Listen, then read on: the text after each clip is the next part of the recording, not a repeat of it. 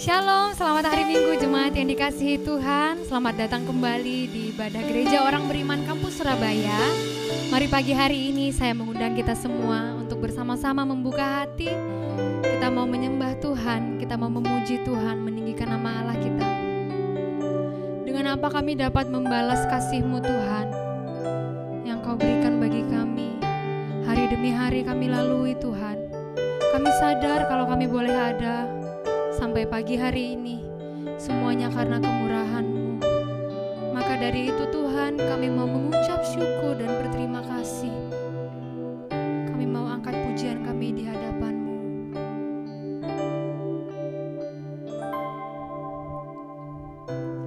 Dengan apa ku membalas kasih-Mu yang ku terima darimu.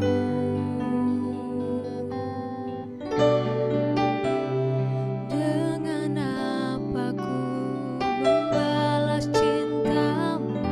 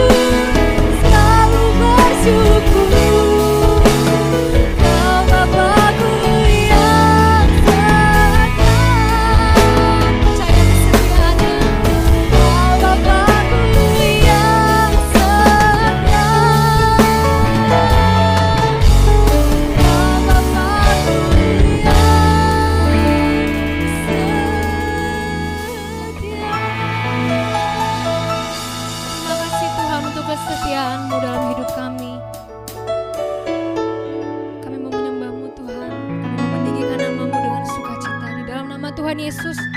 Setiap kita yang bersuka cita sama-sama katakan, amin.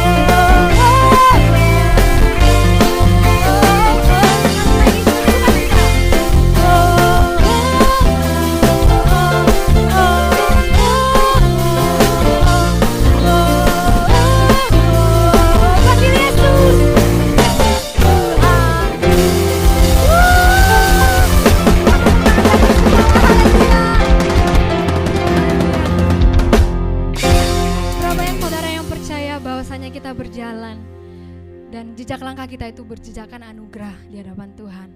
Saudara yang percaya, mari buka hatimu.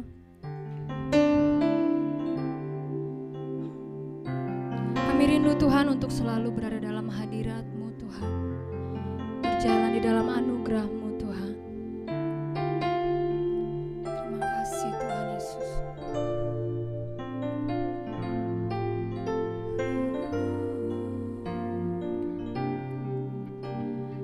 Berada di dalam hadirat-Mu lebih berharga dari 1000 hari. Berada di dalam hadirat-Mu ada mujizat dan anugerah-Mu. Setiap langkahku ada di mata-Mu. Kau yang atur berjejakan anugerah. Tak Kau biarkan ku jalan sendiri. Percayaku sepenuhnya di dalam-Mu. Kami percaya setiap langkah kami Engkau yang atur Tuhan. Berada di dalam hadirat-Mu lebih berharga dari 1000 hari. Berada di dalam hadirat-Mu ada mujizat dan anugerah-Mu. Setiap langkahku ada di mata-Mu. Kau yang atur berjejakan anugerah. Tak Kau biarkan ku jalan sendiri. Percayaku sepenuhnya di dalam. Setiap langkahku ada di mata-Mu. Mari serahkan hidupmu, katakan, biar Tuhan yang atur setiap langkahmu berjejakan anugerah. Tak Kau biarkan ku jalan sendiri. Percayaku sepenuhnya di dalam-Mu. Ini kami Tuhan, setiap langkah kami, setiap langkahku ada di mata-Mu. Kau yang berjejakan anugerah. Tak Kau biarkan ku jalan sendiri. Percayaku sepenuhnya di dalam-Mu. Selamat hidupku, percayaku sepenuhnya di dalam-Mu. Aku percaya, percayaku sepenuhnya di dalam-Mu.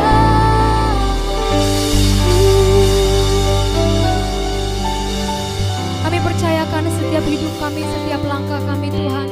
Biar kami berjalan seturut dengan firman-Mu. Karena kami percaya Tuhan, firman-Mu itu adalah terang bagi kaki kami dan pelita bagi jalan kami. Ini kami Tuhan, kami buka hati kami sepenuhnya untuk mendengarkan firman Tuhan. Di dalam nama Tuhan Yesus kami siap. Haleluya, haleluya. Amin. Shalom Bapak Ibu Saudara yang terkasih dalam Kristus Yesus. Senang kembali bisa berjumpa dengan Bapak Ibu Saudara dalam ibadah online Gereja Orang Beriman Kampus Surabaya. Kita selalu harus mengucap syukur kepada Tuhan sebab kita ada hari ini semua karena kasih karunia dan kebaikan Tuhan. Kita telah masuk di minggu kedua di bulan April, tepatnya di tanggal 11 April tahun 2021. Mari sama-sama kita membuka kebenaran firman Tuhan. Pada hari ini terambil dari Injil Lukas pasalnya yang ke-24, ayatnya yang ke-36 sampai dengan yang ke-39. Injil Lukas pasalnya yang ke-24, ayatnya yang ke-36 sampai dengan yang ke-39. Demikian firman Tuhan. Judulnya di Alkitab ialah Yesus menampakkan diri kepada semua murid. Dan sementara mereka bercakap-cakap tentang hal-hal itu, Yesus tiba-tiba berdiri di tengah-tengah mereka dan berkata kepada mereka, "Damai sejahtera bagi kamu." Mereka terkejut dan takut dan menyangka bahwa mereka melihat hantu. Akan tetapi ia berkata kepada mereka, "Mengapa kamu terkejut dan apa sebabnya timbul keraguan-raguan di dalam hati kamu? Lihatlah tanganku dan kakiku, aku sendirilah ini. Rabalah aku dan lihatlah, karena hantu tidak ada daging dan tulangnya seperti yang kamu lihat ada padaku." Demikian firman Tuhan. Saudara terkasih dalam Tuhan Yesus Kristus, minggu lalu kita semua telah sama-sama merayakan dan memperingati peristiwa kebangkitan Tuhan Yesus Kristus yang kita kenal dengan nama peristiwa Paskah. Dan setelah peristiwa kebangkitan Tuhan Yesus, ternyata selama 40 hari Alkitab mencatat Tuhan Yesus menampakkan diri kepada banyak orang, kepada murid-muridnya, dengan tujuan supaya murid-muridnya yakin teguh dan tidak ragu-ragu bahwa Yesus hidup, Yesus tidak mati. Dan oleh karena itu, pada minggu ini kita akan membahas dari cerita Yesus menampakkan diri kepada murid-murid. Saya ingin bagikan buat setiap kita tentang message atau pesan dari penampakan Tuhan Yesus. Mungkin kalau kita mendengar kata penampakan, seolah-olah kalimat ini mengundang arti menyeramkan, menampakkan. Tetapi memang dari kata penampakan ini kita bisa mengambil pengertian bahwa Yesus menunjukkan dirinya. Dan kita semua tahu ketika kita membaca Injil, murid-murid Tuhan Yesus pun mengetahui dan melihat sendiri dengan mata kepala mereka bahwa Yesus, Rabi, guru mereka, telah mati di atas kayu salib. Tetapi kemudian juga mereka melihat dengan mata kepala mereka sendiri bahwa Yesus ada di depan mereka, berbicara dengan mereka, hidup, bisa disentuh, bisa diraba, dan tentu bisa dipegang tubuhnya. Ini akhirnya membuat mereka yakin bahwa Yesus hidup. Dia memang mati, tetapi pada hari yang ketiga dia bangkit, dia hidup. Ini satu peristiwa yang penting untuk dilakukan oleh Tuhan Yesus supaya murid-murid itu tidak kehilangan percaya kepada Tuhan Yesus. Nah, dari cerita tadi Injil Lukas pasalnya yang ke-24, ayat yang ke-36 sampai dengan yang ke-39, ya, Tuhan Yesus menampakkan diri kepada murid-muridnya. Ada 4 hal yang bisa kita pelajari bersama-sama. Yang pertama, mari kita lihat di ayat yang ke-36. Dan sementara mereka bercakap-cakap tentang hal-hal itu, siapakah mereka? Ya, orang-orang murid-murid ya, yang bercakap-cakap tentang berbagai peristiwa, ya tentu juga di perikop sebelumnya, bagaimana sebelumnya Tuhan Yesus menampakkan diri di jalan ke Emmaus. Yesus tiba-tiba berdiri di tengah-tengah mereka dan berkata kepada mereka, "Damai sejahtera bagi kamu." Perhatikan kalimatnya, Yesus tiba-tiba berdiri di tengah-tengah mereka. Ada satu message, ada satu pesan yang saya percaya Tuhan mau sampaikan buat setiap kita. Bagaimana ketika murid-murid ini berkumpul, tiba-tiba Tuhan Yesus muncul di tengah mereka. Mereka bercakap-cakap tentang apa sih? Saya percaya mereka bercakap-cakap tentang Tuhan Yesus.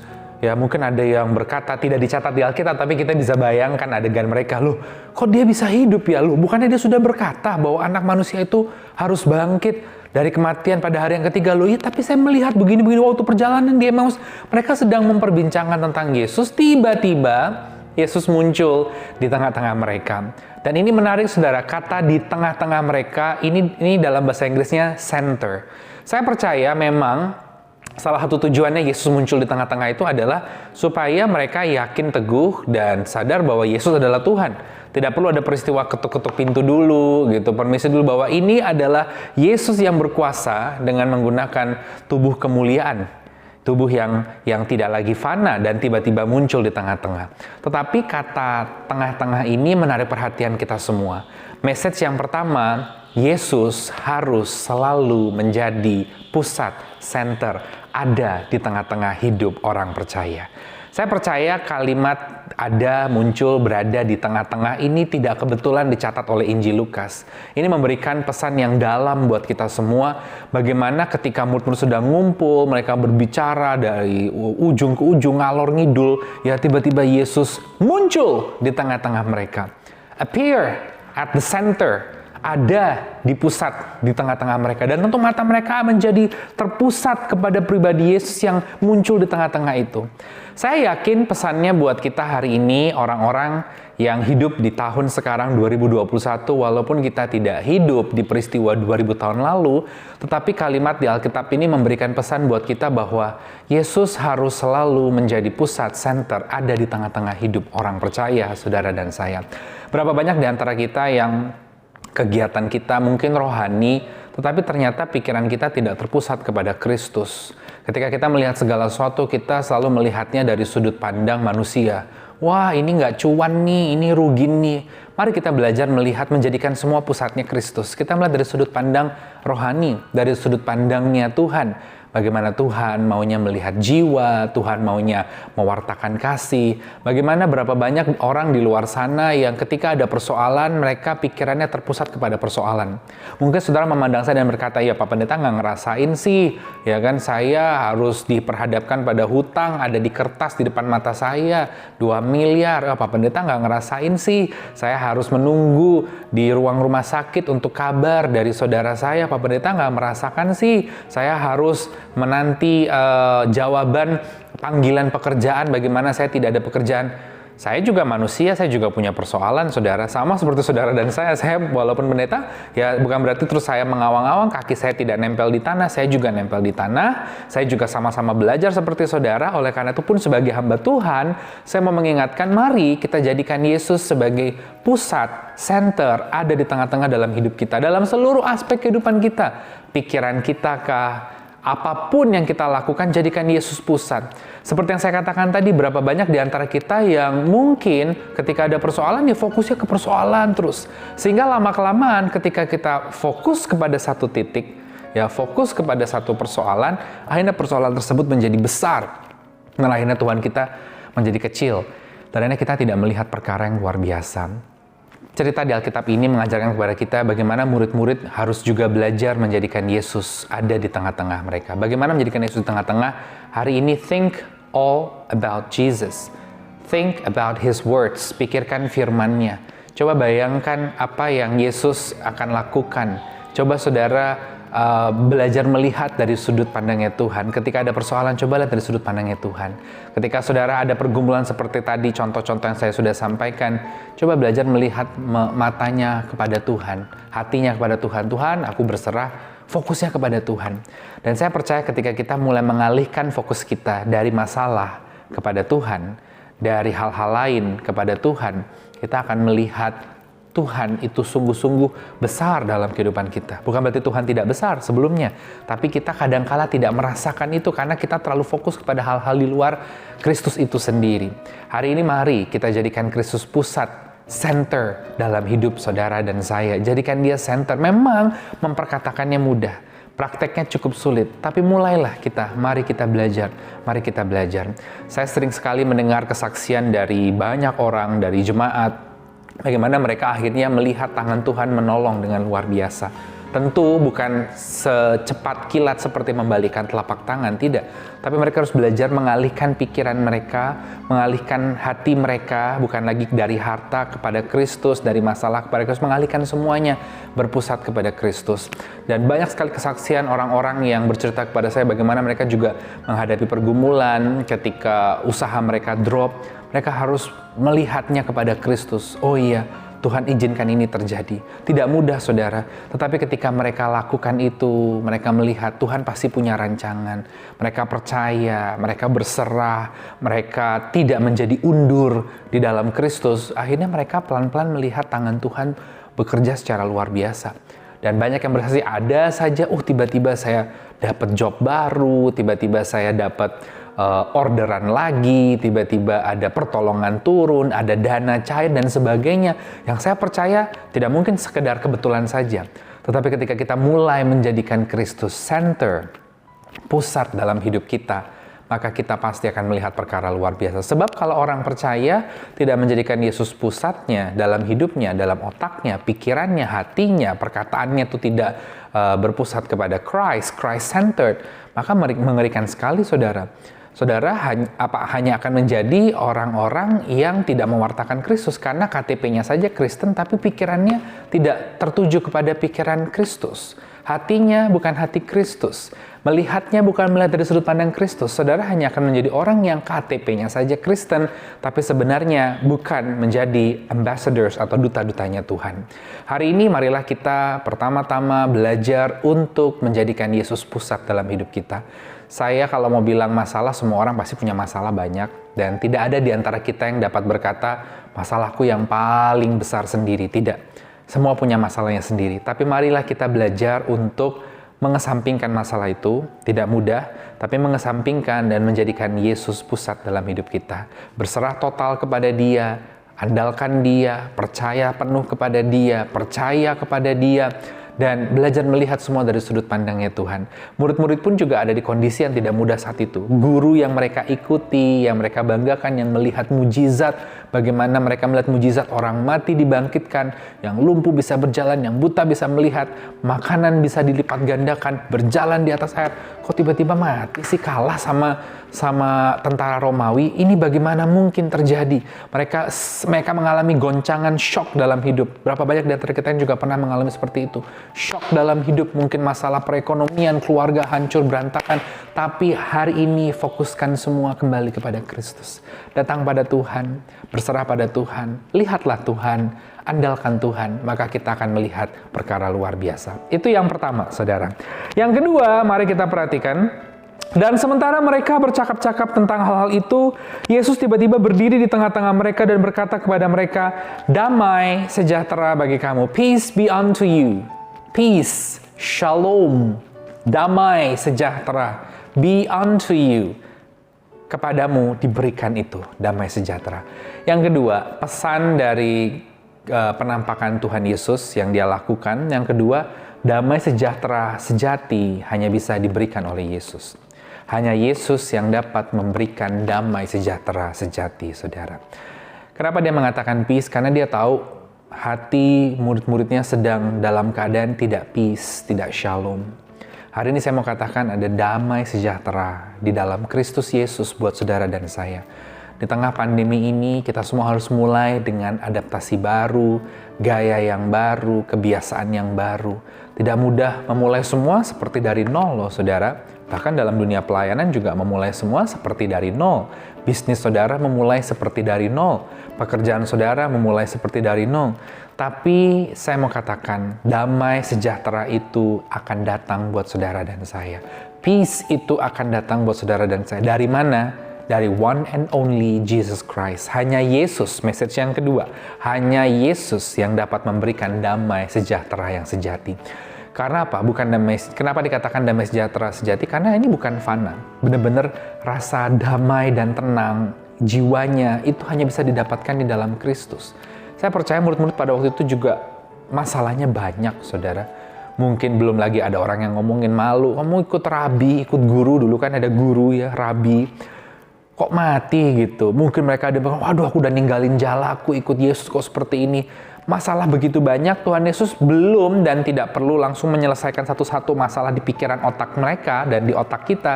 Dia katakan dulu, peace be unto you. Akan ada damai ketika engkau sungguh-sungguh tinggal tenang di dalam aku. Kata Tuhan kurang lebih pengertian maknanya seperti itu. Dan Dia memang memberikan damai sejahtera itu buat kita semua. Damai sejahtera tidak didapatkan dari hal-hal di luar sana, saudara. Uang, kita semua butuh uang memang. Siapa yang bilang kita nggak butuh uang? Butuh. Tapi uang tidak bisa memberikan damai sejahtera. Berapa banyak orang di luar sana yang ternyata kaya, sukses, terkenal, tapi kok mati bunuh diri? Saya bukan hanya sekedar bicara, saya lihat sendiri, ya baca berita, banyak artis-artis Korea, apalagi drama Korea kan orang Indonesia cukup menggandrungi, cukup populer. Ternyata mereka juga banyak yang mati bunuh diri loh, artis-artis Korea. Ada yang loncat dari ketinggian lantai sekian, ada yang melakukan macam-macam, saudara. Padahal kalau dilihat uangnya banyak kok, dicek rekeningnya nggak kurang gitu. Kalau kemudian dicek followernya banyak, mereka juga cantik dan cakep-cakep, ya entah mungkin sudah operasi plastik atau belum, tapi ternyata ganteng, cantik. Kenapa mesti bunuh diri? Karena memang mereka tidak merasakan peace itu. Peace itu tidak jaminan diberikan oleh uang. Peace itu tidak jaminan diberikan, saudara mungkin merasa, saya akan bahagia nanti kalau jabatan saya sudah tinggi.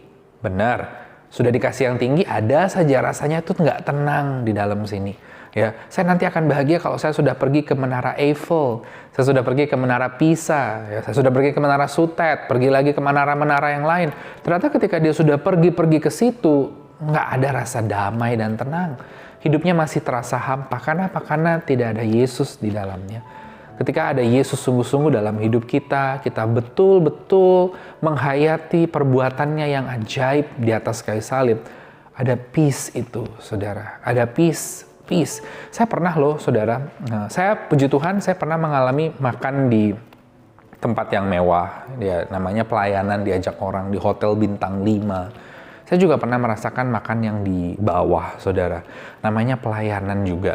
Pelayanan kan harus bisa masuk ke berbagai kalangan, saudara. Jadi saya ngerti kalangan atas, gitu. Saya juga ngerti blusuk ke kalangan bawah. Dan ketika saya ada dalam dunia pelayanan, saya harus ke pedalaman, harus ke daerah. Saya, yang tidak saya sebutkan di daerah mana, tapi saya ingat sekali saya masuk ke rumah warga yang ya memang kalau dibilang itu rumahnya sebenarnya mungkin kalau di Jakarta tempat di mana saya berasal ya belum ada rumah, sudah tidak ada rumah seperti itu. Kemudian saya harus makan di lantai karena tidak ada meja gitu ya.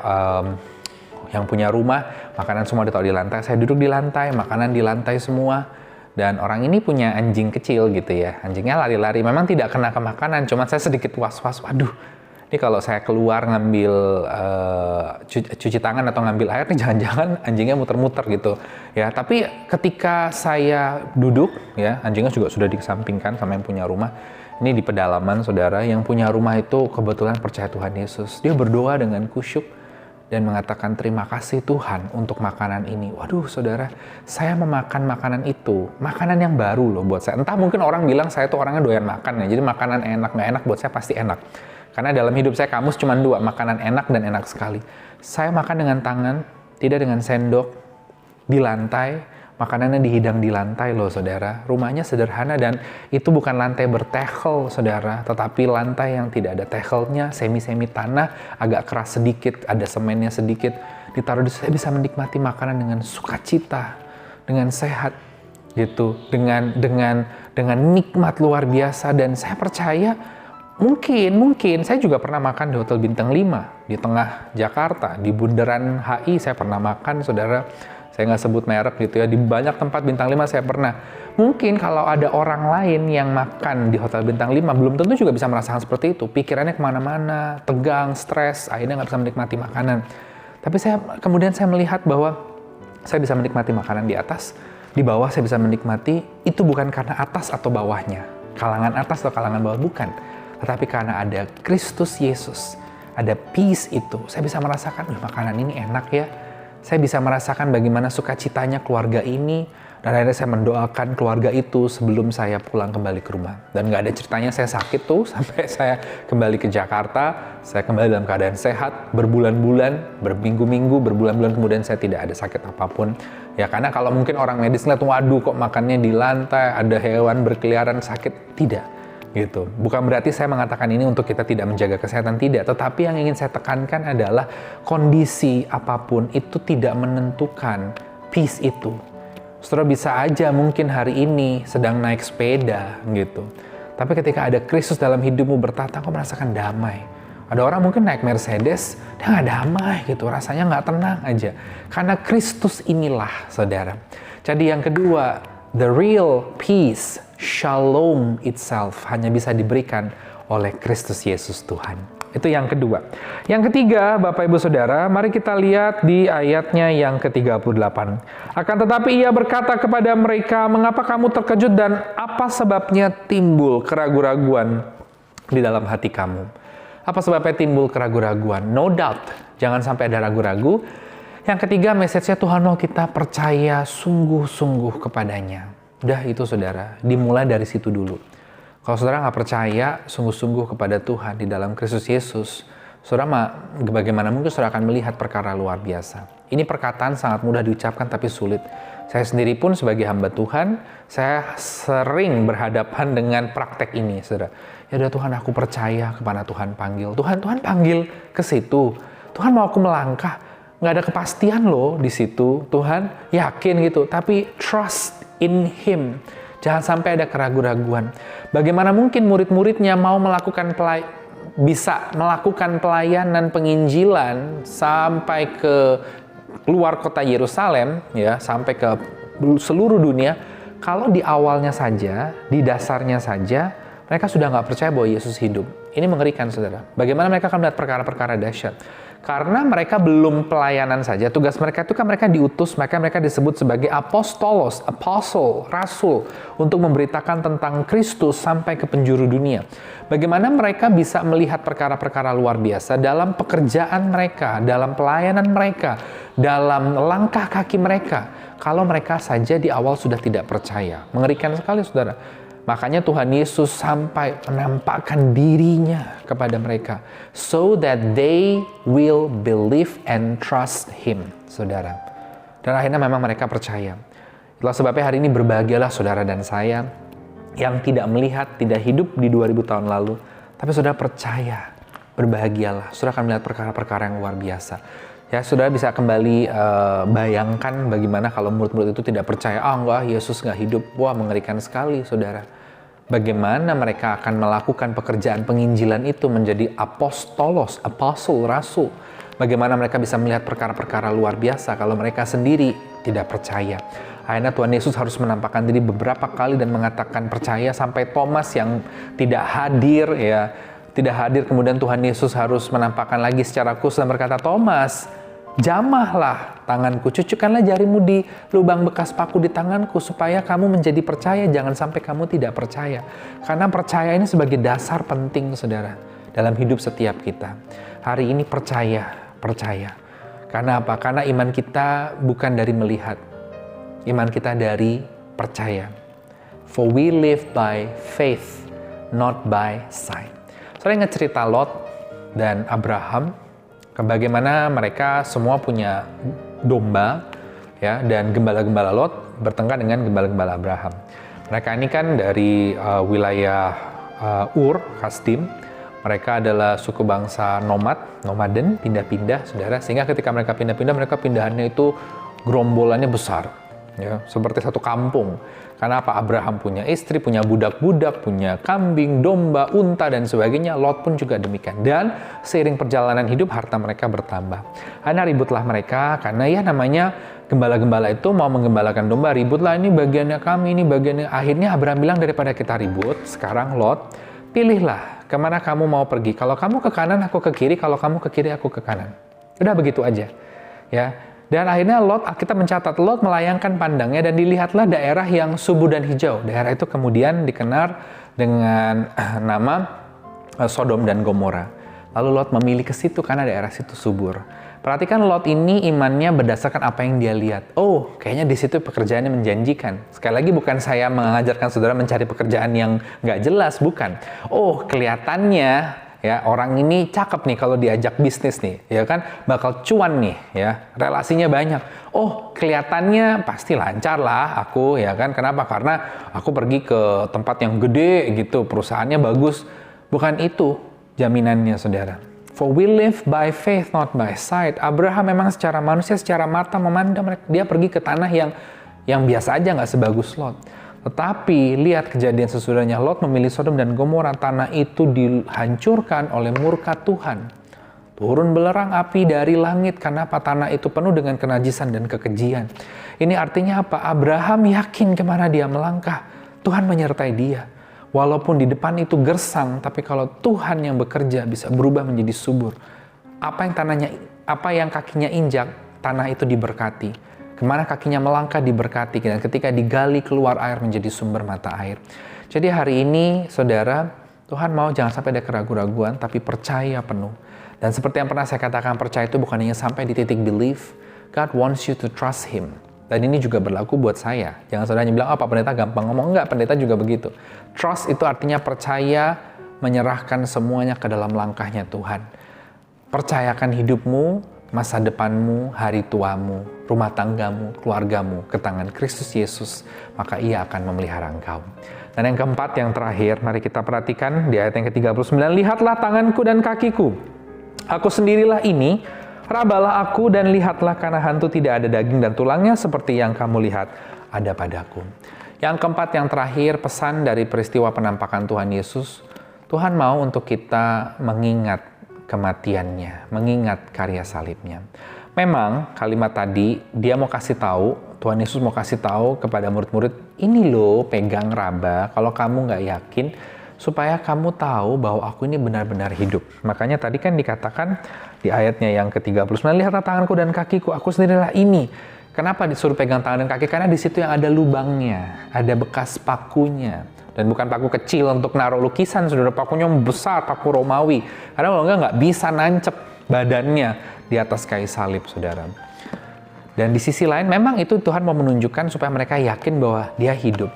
Tapi kalau kita baca di peristiwa penampakan-penampakan lainnya, Tuhan Yesus berkali-kali mengatakan, inilah, coba lihat, lambungku yang tertusuk. Itu seperti kita difokuskan kembali untuk melihat apa yang sudah dia lakukan di atas kayu salib. Bagaimana dia mati, tertikam, lambungnya tertikam, paku menusuk tangannya, mahkota duri ada di kepalanya. Dia dihabisi luar biasa, saudara, dengan cambuk Romawi. Di sisi lain kita juga bisa belajar, selain Tuhan mau meyakinkan murid-muridnya, Tuhan mau untuk kita tidak melupakan karyanya, untuk kita terus mengingat, karena inilah inti hidup orang percaya. Ya, dia mati, tapi hari yang ketiga dia bangkit, saudara. Dia hidup, sebab dia hidup ada hari esok. Jadi Tuhan mau untuk kita mengingat bagaimana dia datang ke bumi melakukan itu buat saudara dan saya.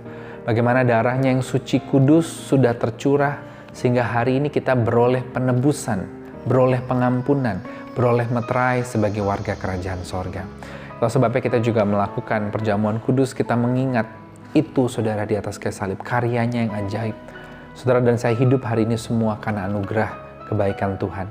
Karena salibnya ada kehidupan masa depan buat saudara dan saya. Saya simpulkan firman Tuhan hari ini buat saudara dan saya. Ada 4 pesan dari peristiwa penampakan Tuhan Yesus yang dilakukannya, yang tadi kita baca dari Injil Lukas pasalnya yang ke-24 ayatnya yang ke-36. Yang pertama yang bisa kita pelajari, pesan yang pertama, Bapak Ibu Saudara, jadikan Tuhan Yesus center, pusat di tengah-tengah hidup saudara dan saya. Yang kedua, hanya Yesus yang dapat memberikan the real peace, shalom, damai sejahtera yang sejati. Dan yang ketiga, jangan sampai kita ragu, tapi jadilah percaya sungguh-sungguh di dalam Kristus. Dan yang keempat, ingat selalu karya salibnya. Itulah yang menebus dan menghidupkan saudara dan saya. Kita berdoa. Kami mengucap syukur Tuhan untuk firman yang boleh dibagikan buat setiap kami pada hari ini. Kami mengucap syukur untuk kebaikan serta pemeliharaan Tuhan yang sempurna. Dan bersama dengan jemaat, hamba berdoa buat bangsa dan negara kami Indonesia diberkati. Pemimpinnya, Presiden Joko Widodo, warganya, penduduknya dari Sabang sampai Merauke, bahkan juga seluruh birokrat yang bertugas mulai dari para menteri, Panglima TNI, Kapolri, juga gubernur, wali kota, bupati dimanapun berada diberkati. Kami juga berdoa Tuhan buat jemaat Tuhan yang menonton program ini, siapapun mereka, tangan-tangan mereka diberkati. Apa yang menjadi pekerjaan, karir, usaha, bisnis, profesi, rumah tangga, pelayanan, dan masa depan mereka diberkati. Bahkan hamba berdoa buat gereja-gereja Tuhan, secara khusus gereja Orang Beriman Kampus Surabaya diberkati dalam programnya, rencananya ke depan juga yang akan kembali memulai ibadah secara offline, bahkan setiap hal yang akan dikerjakan ke depan biarlah untuk hormat kemuliaan nama Tuhan. Terima kasih Bapa, terpujilah namamu kekal selamanya, dan sebelum kami akhiri ibadah kami pada hari ini, kami semua ingin terima berkat dari Tuhan. Mari Bapak Ibu Saudara angkat kedua tanganmu, arahkanlah pandangan hatimu ke hadapan Tuhan dan terimalah berkat Tuhan. Kasih dari Allah Bapa di sorga, penyertaan cinta dan damai sejahtera shalom dari Tuhan kita Yesus Kristus, serta persekutuan yang manis dengan Allah Roh Kudus, menyertai kita semua, saudara dan saya, hari ini sampai Maranatha, di dalam nama Kristus Yesus Tuhan dan Juru Selamat kita. Haleluya. Amin.